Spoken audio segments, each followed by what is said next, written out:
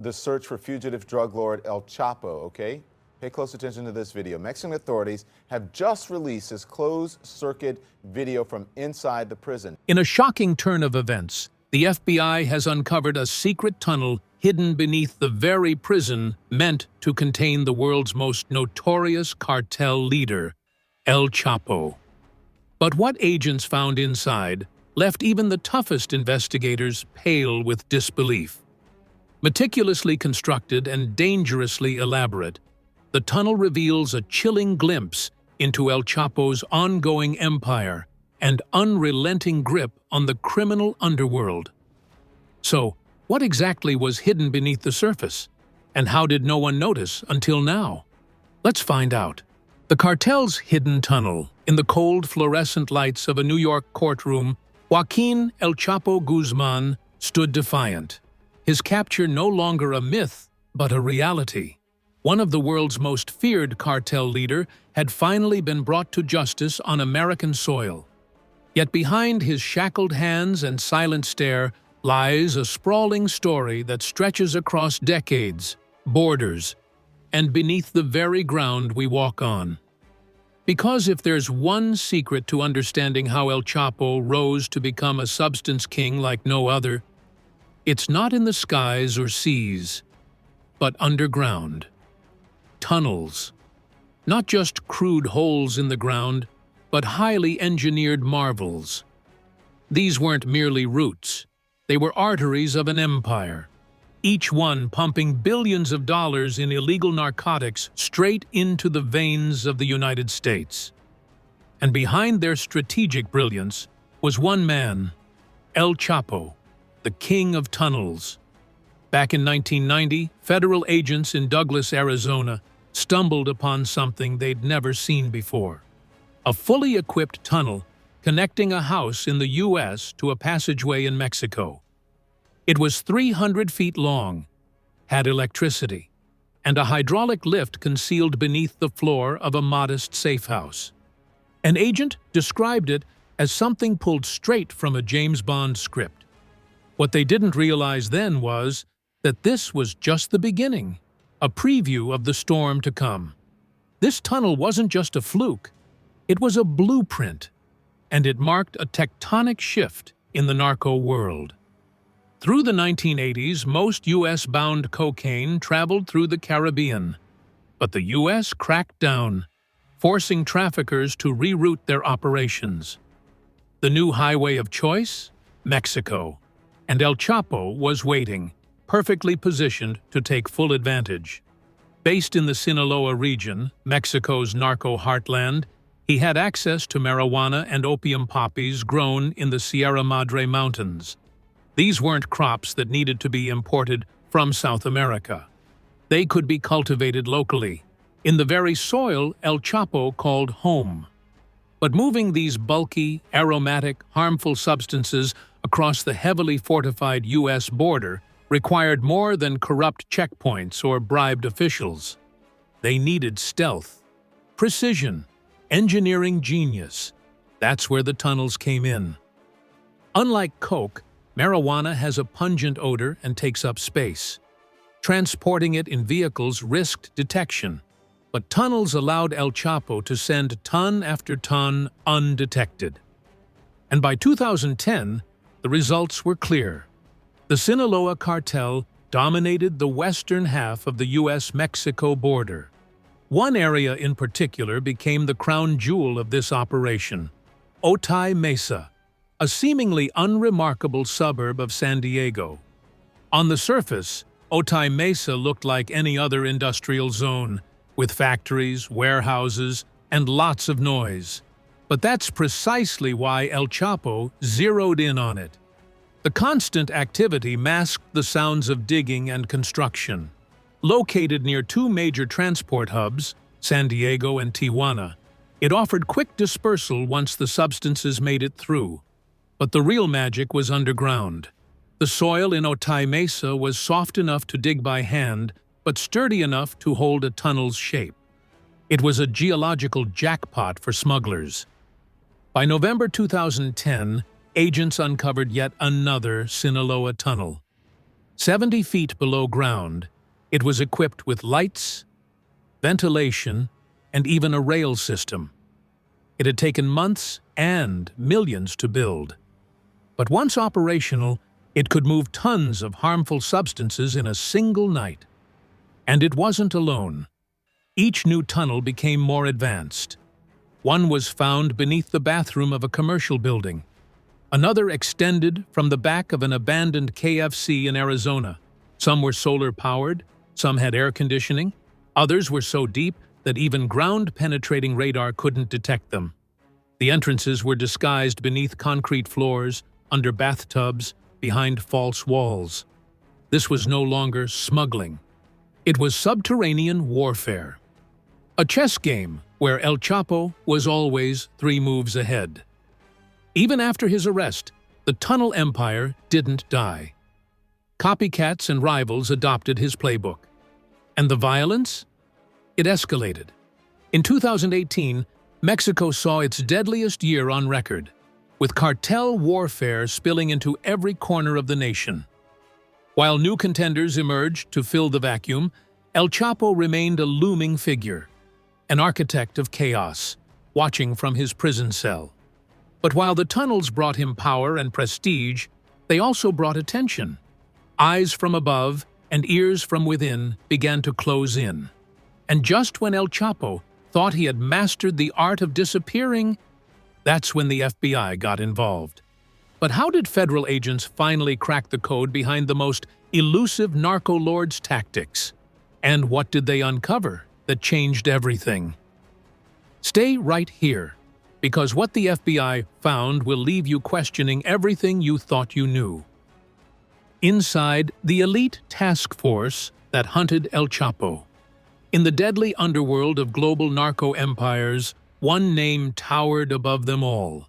A man so powerful, so elusive, that he became America's top target. Joaquin El Chapo Guzman wasn't just another cartel kingpin. He was a legend in the shadows. Law enforcement veterans called him Public Enemy Number 1, a title last used in the days of Al Capone and John Dillinger. But Guzman didn't rule with Tommy guns and speakeasies. He used tunnels, submarines, and billions of dollars worth of poison flowing through the veins of global commerce. To the DEA and Homeland Security, capturing El Chapo was more than a mission. It was their Super Bowl, their World Series.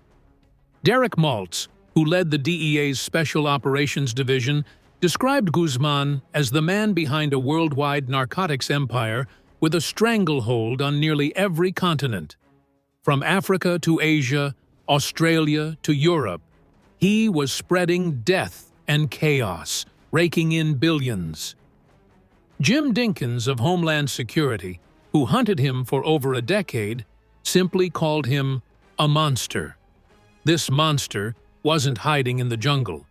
He was on the Forbes list of billionaires, building a multinational criminal machine as sophisticated as any global corporation.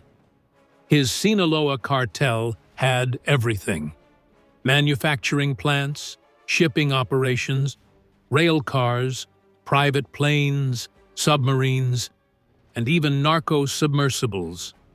And behind it all, Guzman moved like a ghost, vanishing just as the law closed in, thanks to an elaborate counterintelligence network and a loyalty bought with blood and gold. El Chapo's genius lay not just in evasion, but in innovation. He pioneered narco-smuggling methods so advanced they sounded fictional, packing harmful substances inside fake bananas and cucumbers, then mixing them into real produce shipments. But his crowning achievement was underground, a sprawling system of tunnels, some complete with electric railways, that crisscrossed under the U.S.-Mexico border. Escape wasn't just a backup plan, it was the plan. For over a decade, U.S. officials suspected their Mexican counterparts were tipping him off. Every time he slipped away, those suspicions flared. The tension ran deep. But something changed. In 2014, both governments drew a line. They joined forces. No more ego, no more silos. Intelligence was finally shared. Arguments were had. Strategies agreed upon. They moved as one. It started with a minor smuggling case in Arizona. A wiretap captured chatter that led to one of Guzman's inner circle.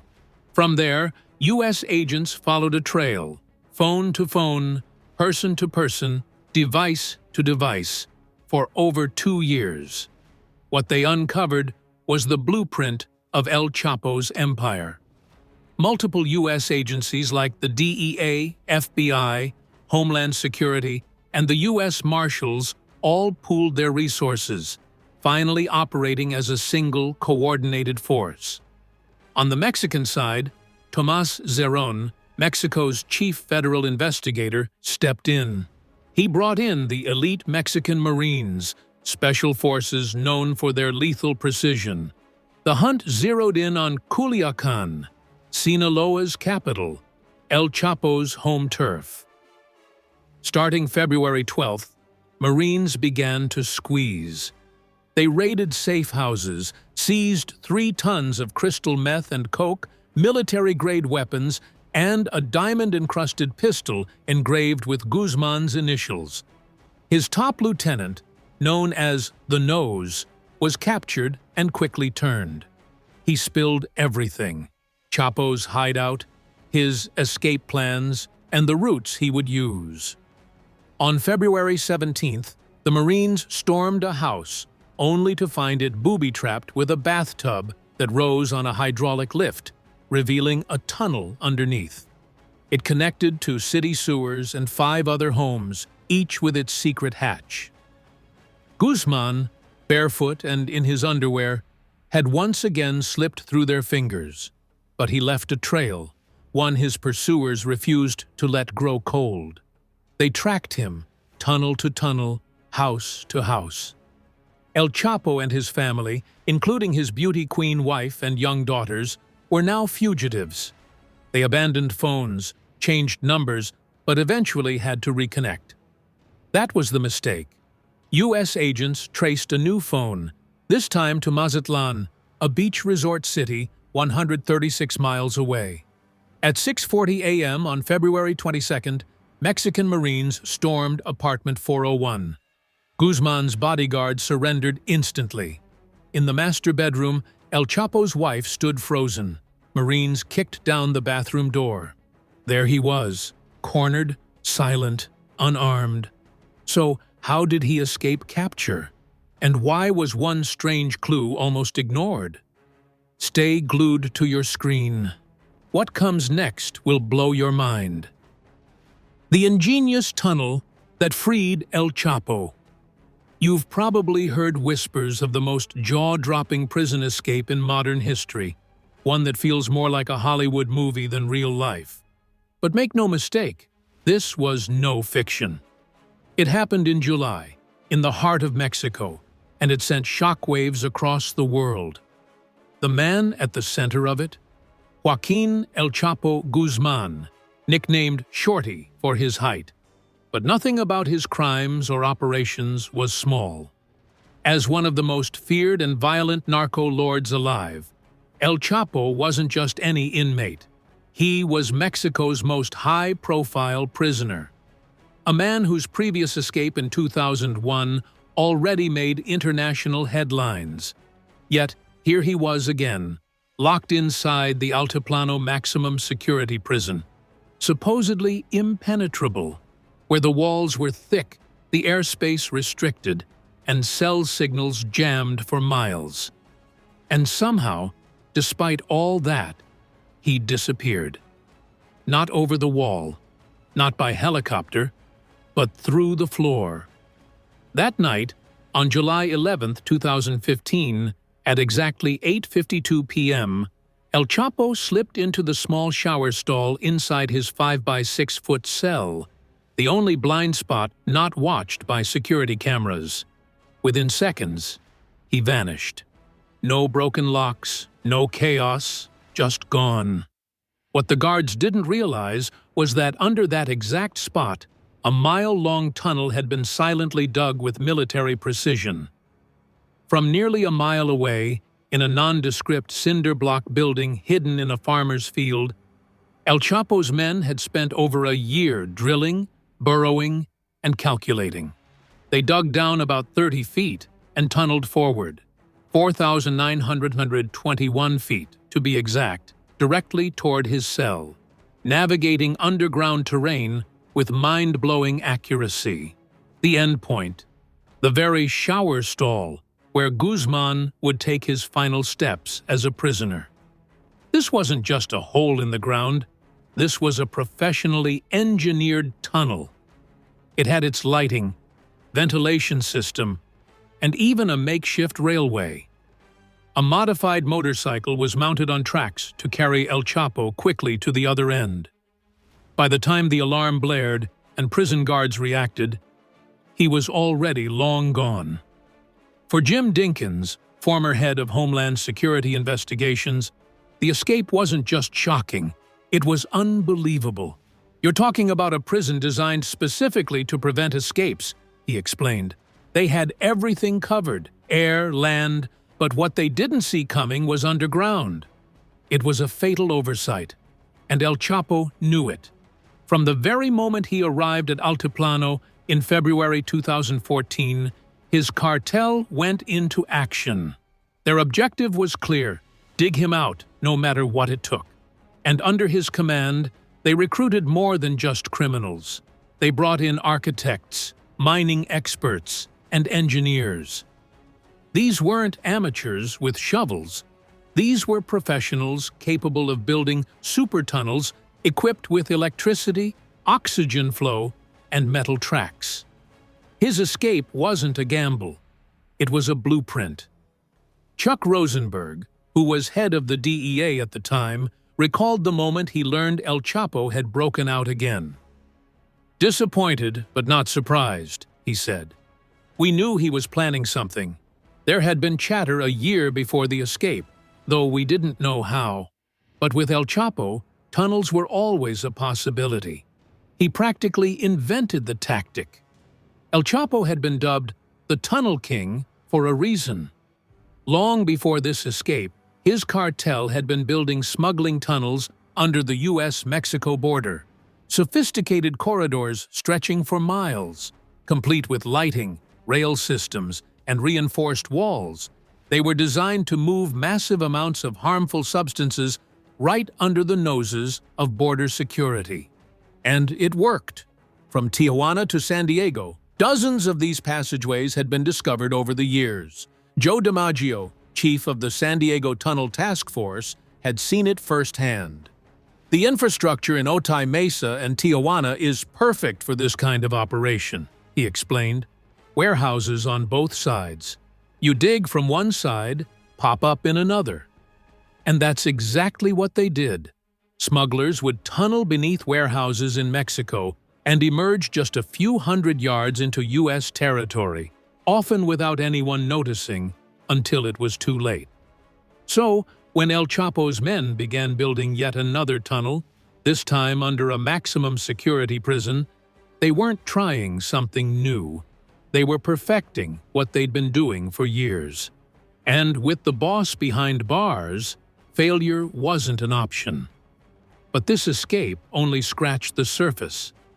What came next would expose a far darker layer of El Chapo's empire, one that went beyond digging and drilling, into bribery, corruption, and betrayal deep within the very agencies meant to stop him. But how exactly did he manage to bribe his way through government cracks and vanish yet again? What secrets did officials keep hidden from the public? And why? Stay tuned.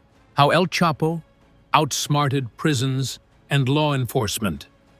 In a place where businesses buzz with import and export activities, and warehouses stretch endlessly across the industrial zones of Mexico and the U.S., El Chapo found the perfect hiding ground for his criminal empire. These areas, filled with legitimate operations, offered the ideal camouflage for something far more sinister. Among these structures, illegal tunnel operations flourished in plain sight, nearly impossible to detect, like finding a needle in a haystack. Federal agents say that building just one of these smuggling tunnels can cost the cartel between $1 to $2 million. But here's the catch. If even one major shipment makes it through, the tunnel pays for itself. We're not talking about a few packages of substances. These tunnels carry tons of narcotics at a time. A single load of marijuana could bring in $5 to $6 million, more than enough to cover the expense and still deliver massive profits. These underground passages are primarily used for marijuana because the substance is bulky, has a strong smell, and is easy to detect over land. But underground? It's a different game entirely. Joe D'Amelio, head of the San Diego Tunnel Task Force, gave reporters a rare glimpse into one of El Chapo's shut-down secret tunnels.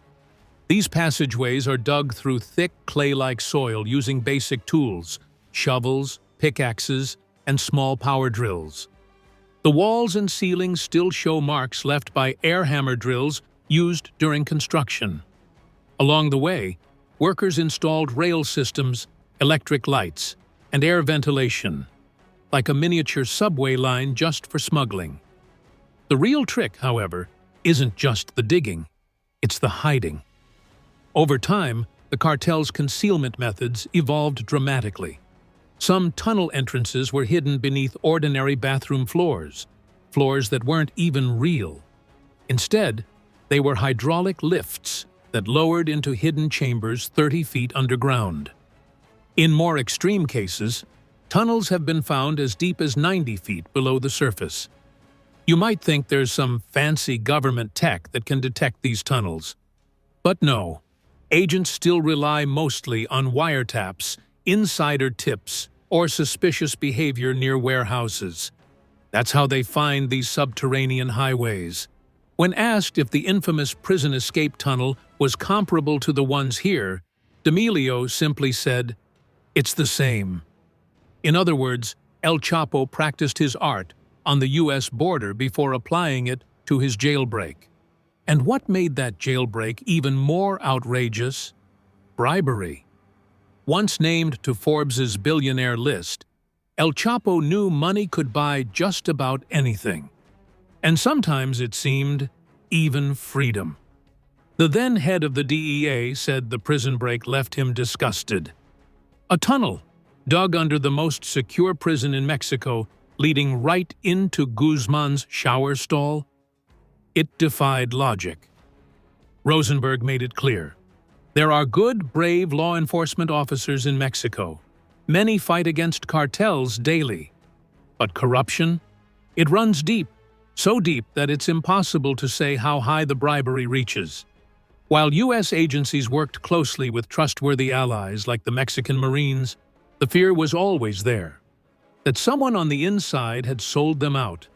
After all, El Chapo had built not one, not two, but 7 safe houses in the capital of Sinaloa. Each one was connected by tunnels. He even had a remote ranch in the dangerous Sierra Madre Mountains. It took a precise, intelligence-led raid to capture him in Mazatlan, a beach resort city, in the early hours of morning. The Mexican Marines, using U.S. surveillance data, arrested him without firing a single bullet and returned him to Altiplano, the maximum security prison. But if you're thinking, didn't he escape from that same prison later? You're absolutely right. For someone to tunnel into a prison under concrete, past security, and pop up in a private shower stall, they'd need more than luck. They'd need blueprints, inside knowledge, and a green light from key insiders. The U.S. had requested extradition before his escape, believing he would never remain in a Mexican prison.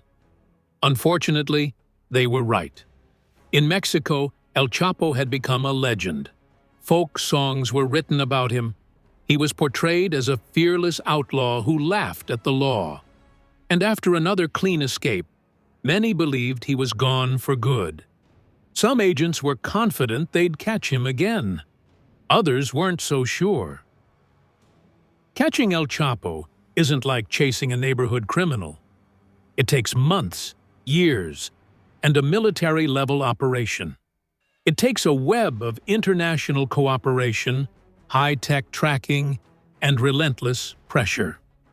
And once again, the U.S. offered intelligence, equipment, and a $5 million reward for his recapture.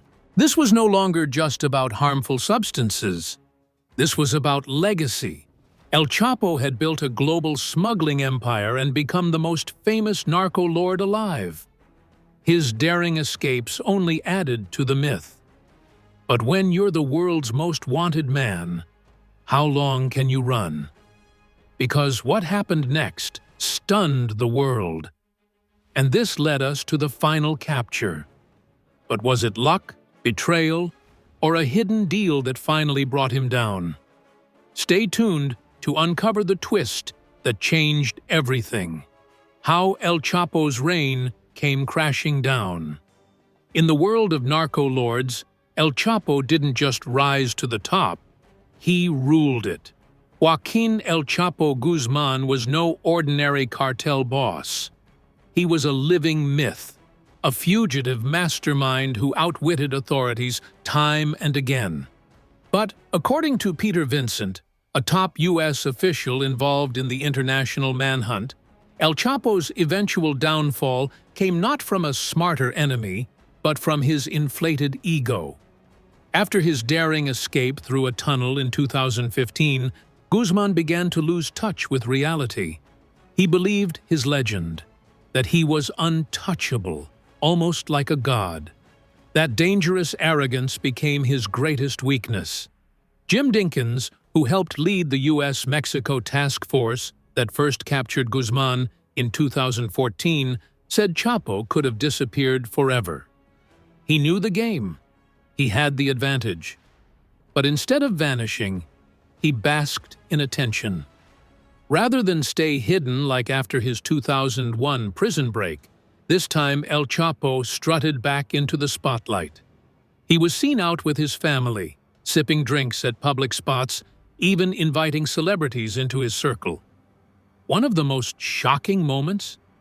He reached out to actor Sean Penn and Mexican actress Kate del Castillo to meet him, drawing even more attention.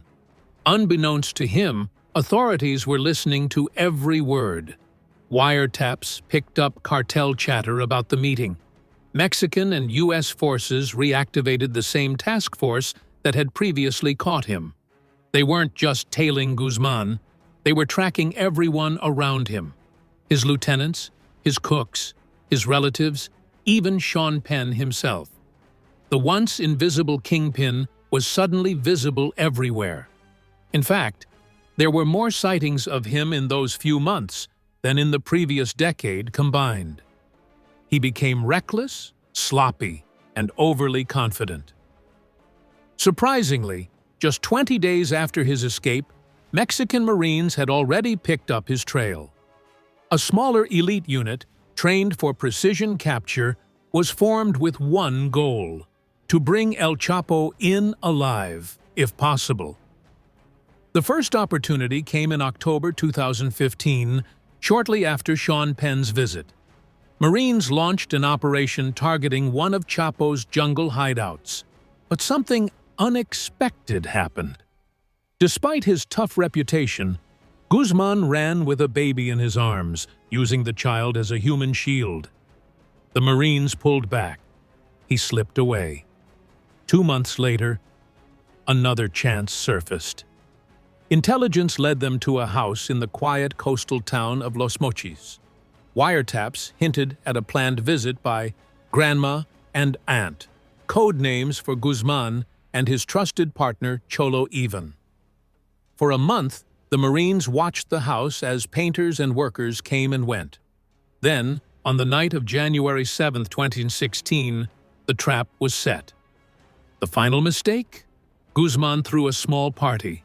At 4:40 a.m. the next morning, the Marines stormed the safe house. A violent gun battle erupted. Grenades, high-powered rifles, and chaos, like a war zone inside a sleepy neighborhood. Marines swept from room to room. One gunman was down by the door, and 4 others were arrested. The cook was found hiding in a bathroom. But Guzman? Gone again. Turns out, the mirrors in a walk-in closet hid a secret tunnel entrance, his signature escape route. It led into the sewers below the city. Marines chased through the darkness, opening manholes, trying to catch up. Rain began to pour, and the water levels inside the tunnels rose quickly.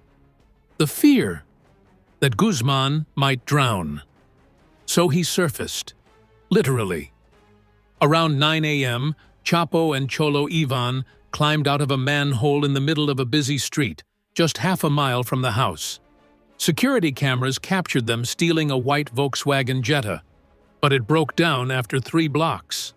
So they hijacked a second car, a red Ford Focus. It also failed within minutes. Eventually, they were picked up, shockingly, by federal police. Instead of jail, they were taken to a motel, relaxed, confused, and saying nothing. Why, no one knows. Some believe El Chapo tried to bribe the officers with promises of wealth, or threatened their families with horrifying consequences. Thankfully, the Mexican Marines arrived in time to take control. Chapo was flown to Mexico City and sent back to the very prison he once escaped, Altiplano. But this time, things were different. His cell was rotated constantly. Guards were changed every 15 minutes. No familiar faces, no patterns. Still, the United States wanted more. 7 jurisdictions, New York, Chicago, San Diego, and others, clamored to extradite him. The moment he'd step on U.S. soil, it would be game over. But what kind of place would make even El Chapo tremble? He was headed for the Supermax prison with no escape route. Stay glued as we explore the current state of El Chapo and what makes ADX Florence prison stand out. The prison where El Chapo faces unbreakable isolation. Joaquin El Chapo Guzman, the notorious narco lord, now spends his days locked away in one of the most secure and feared prisons in the world, ADX Florence, a Supermax facility deep in the mountains of Colorado. Since his 2019 conviction on charges including substance trafficking, money laundering, and conspiracy to murder, El Chapo has been serving a life sentence plus 30 years. In late 2024, he even tried to regain some normalcy by asking the court to restore his phone and visitation privileges, but the reality of his incarceration is far from lenient. Supermax prisons like ADX Florence have a reputation that sends chills down anyone's spine. Often described as worse than hell, these facilities are designed to isolate prisoners completely. Inmates spend 22 to 24 hours a day alone in small cells with little or no human contact. This level of extreme isolation can wreak havoc on their mental and physical health. Without fresh air, meaningful stimulation, or exercise, many prisoners suffer severe psychological problems. The cells themselves are dark, cramped, and often dirty, with limited access to natural light or proper ventilation. Privacy is non-existent, and constant surveillance makes inmates feel like they are under a microscope all the time. Such conditions are mentally draining and can leave deep scars long after release. The use of force inside Supermax prisons often escalates the pain. Guards frequently resort to pepper spray, tasers, and harsh restraints. Solitary confinement, a punishment tactic here, has drawn criticism worldwide, labeled as cruel and inhumane. For many, being locked away in such a place means enduring pain that seems to stretch beyond the prison walls, haunting them even after freedom. ADX Florence itself is unlike any other correctional facility in the United States. Nestled against the Rocky Mountains and guarded by 12 towering watchtowers, It is surrounded by razor wire fences, patrol dogs, and laser beams. The prison is so secure that it feels like a fortress carved out of the mountain itself. Unlike the infamous Alcatraz, which was isolated by cold waters, ADX Florence's design makes escape nearly impossible. Inside, every inch of movement is controlled. There are around 1,400 remotely operated doors, and motion sensors track every step on some floors. Inmates live in solitary cells measuring only 7 feet by 12 feet, where they spend almost every hour alone. The walls, beds, sinks, toilets, and even desks are made from soundproof concrete, ensuring no communication between prisoners by speaking or even tapping codes.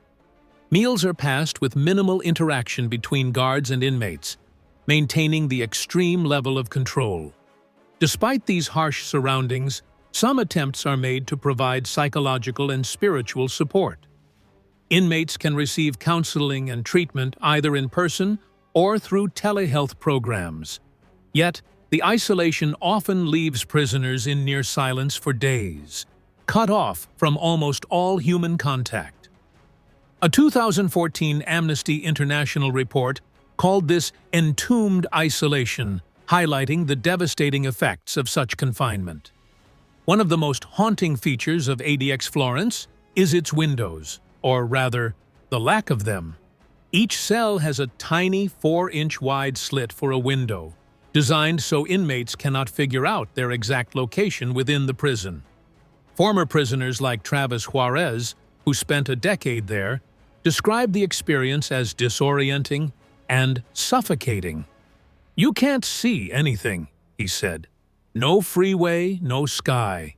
You realize that when you get there, you won't see any of that for many years." El Chapo's history of escapes, especially his infamous tunnel breakouts, means authorities have every reason to keep him in such an extreme lockdown. Despite his boldness and criminal genius, the walls of ADX Florence are designed to hold even the most cunning and dangerous prisoners tightly.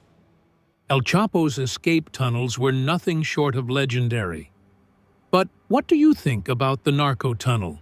Share your thoughts in the comments below. Don't forget to like and subscribe.